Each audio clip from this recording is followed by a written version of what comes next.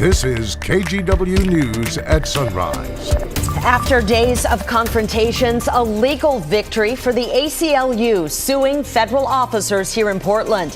Details on that and the city's demand to take the fence around the federal courthouse down. The system is made to oppress me, so create a system for me so that I can become something better.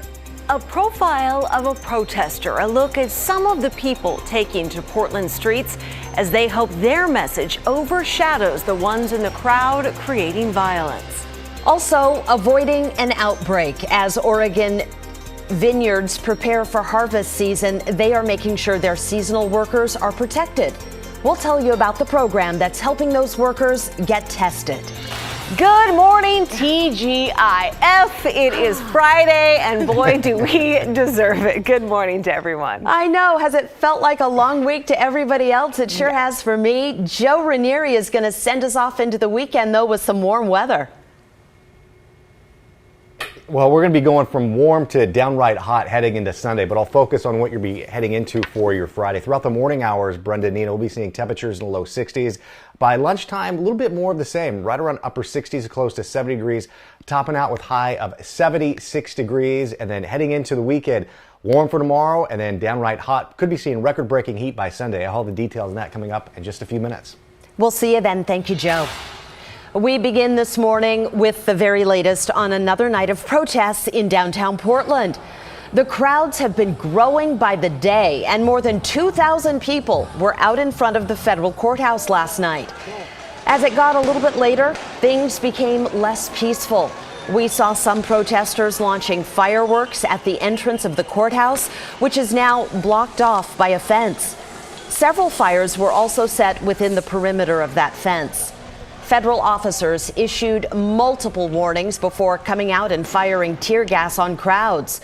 The federal officers and protesters clashed several more times throughout the night until the crowd finally cleared out around 3 a.m. Federal agents took at least one person into custody. Well, the crackdown on protesters comes just hours after a federal judge ruled against the Department of Homeland Security. The judge issued a 2-week restraining order, stopping federal agents from arresting or targeting journalists and legal observers. The American Civil Liberties Union filed that suit. It's just one of many legal challenges to the federal presence in Portland. In the meantime, Portland's Transportation Bureau is demanding this fence around the federal courthouse come down. The agency says it blocks a busy bike lane that was put up without a permit. The city is threatening fines and legal action if federal forces don't remove it.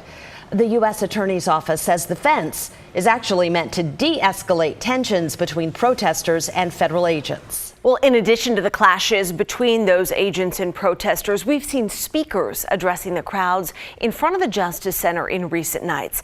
As our Mike Benner reports, those speakers want things to stay peaceful, and they say once violence starts, their message goes out the window.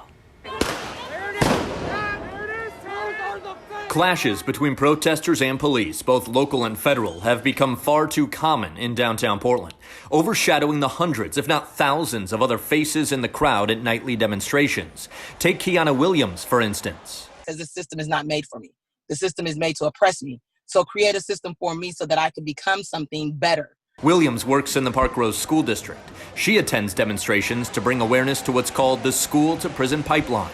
Kids of color who are kicked out of school and right into the justice system. Williams is on the streets fighting to keep kids in school. I would love it, honestly, if the African American community can have their own education system. And when I say their own education system, that looks like Black principal, Black vice principal, Black teachers, Black ADs, Black coaches, let them see a school in a system that is literally theirs.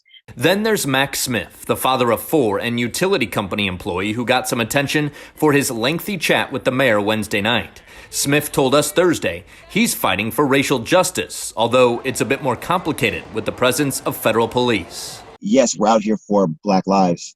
And then all this other stuff happens, but we have to deal with that. We have to deal with the fact that Trump is now involved in trying to change his narrative and make this a bigger thing about him.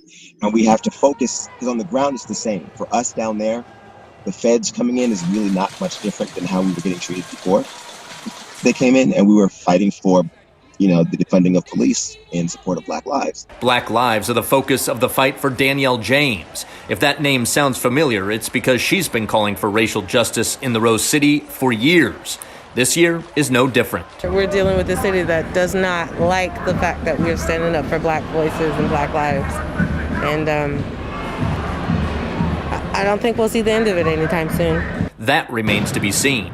What is clear, at least to Kiana Williams, is the need to move beyond the nightly violence that seems to be drowning out some important voices. I appreciate people being allies and coming out there and, hey, Black Lives Matter, say their names and different things like that. But if you really, really specifically here in Portland want to help us, you have to speak the same language we're speaking. You have to have an end goal. In Portland, Mike Benner for KGW News. One of the most striking images to emerge from the protests this week was of Portland Mayor Ted Wheeler in the front of the crowd when it was tear gassed by federal officers Wednesday night. A lot of people down there, though, did not take kindly to Wheeler, with many shouting over him as he tried to speak at that demonstration. The mayor's appearance didn't really seem to have much of an impact on last night's protests. However, we spoke with a political scientist who believes the incident will elevate the mayor's national profile. Ted Wheeler becomes one of the leading mayors in the country, along with the mayor of Chicago, the mayor of Philadelphia, big cities that are out there that are taking on the Trump administration. Portland is being used as a stage. When that stage gets spread out, when this happens in more and more cities, it'll be fascinating to see. Do people see it as the president, in effect, manipulating those cities so that he can get his supporters riled up and out to vote? Or do they see him as playing politics with people's lives and the ability of those cities to govern themselves? Mayor Wheeler tweeted late yesterday about getting tear gassed on Wednesday. He wrote, "What I saw was powerful in many ways. I listened, heard, and stood with protesters, and I saw what it means when the federal government unleashes paramilitary forces against its own people." Even President Trump is talking about Mayor Wheeler. Here's what he said during an interview with Fox News. We have this Mayor Whalen, who I think he's also the police commissioner, as I understand it, in Portland. Yeah. Mayor Wheeler. And he made a fool out of himself. He wanted to be among the people, so he went into the crowd and they knocked the hell out of him. That was the end of him. So it was pretty pathetic. It's unclear exactly what the president's comment is referring to. The mayor was jeered at times, and he and his security were pushed by the crowd. But the mayor was also able to address people and talk to many of them one-on-one. We have been covering these protests since the very beginning. You can see all of our reporting by going to the KGW YouTube channel. We have a dedicated playlist just for the protests in Portland. All right, let's turn to the latest on coronavirus now, because there are new rules once again taking effect today in Oregon that you need to know about. So now kids 5 and older have to wear face masks inside public places and outside if they can't physically distance. Masks are also required now in gyms, even during intense exercise.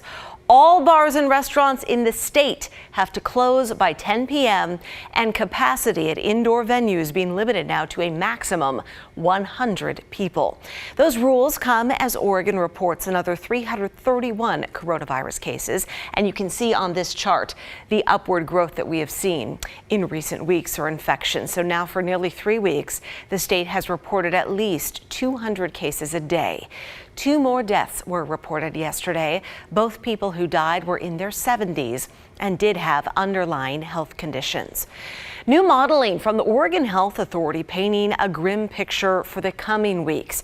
Researchers say if our infection rate stays the same, we'll have 1,600 new cases a day by the middle of next month. Their worst case scenario projects upwards of 2,300 new cases a day. But get this, their best case projects 600 new cases every day. Despite that worrisome forecast, the director of the Oregon Health Authority, Pat Allen, says Oregon is doing reasonably well when you compare us to the rest of the country. He says it's in large part because of our social distancing and the mask directives in Oregon. But problems with asymptomatic people remain an ongoing issue. They also tend not to test positive. the false negative rates for people who are asymptomatic are running in the range of 30 to 40%. And so the paradox is that when you get a negative test for COVID, it doesn't mean you don't have COVID. The best advice, don't let your guard down now. Keep social distancing, keep wearing those masks. All right, it is Friday and we want to take a live look outside to a very cool morning sky cam downtown. You see kind of some sunbreaks there to the north of us. Really cool kind of line of yellow right there. Let's bring in meteorologist Joe Rainieri from his home studio. And boy, we're getting a little bit of everything this weekend, Joe.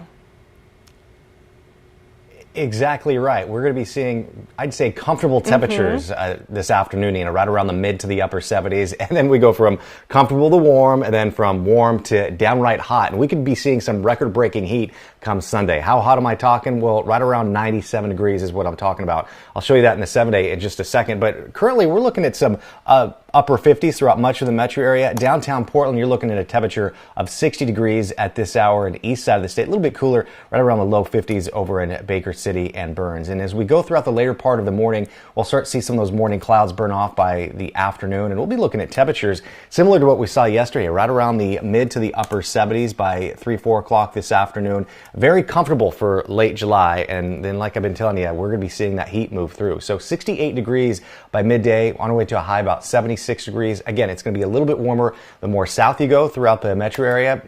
Corvallis, Salem, you'll be easily seeing temperatures right around the close to the 80-degree mark. And then pretty nice for Saturday. Mostly sunny skies, high around 83. And then Nina, Sunday, 97.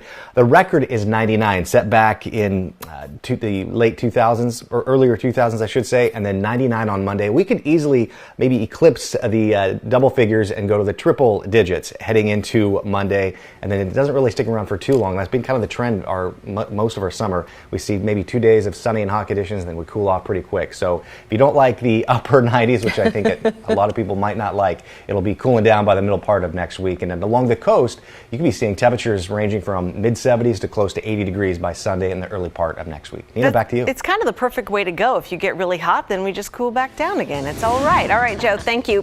Hey, our wine industry relies on its seasonal workers for harvesting all the grapes. Yeah, they're a critical part of the workforce, and working conditions, unfortunately, leave them vulnerable to COVID-19. We'll tell you about a new program offering free testing, hoping to catch cases and stop an outbreak. And the Blazers are back. They hit the court for their first scrimmage in the Disney World bubble. And it also marked the return of the Bosnian beast, Jusuf Nurkic.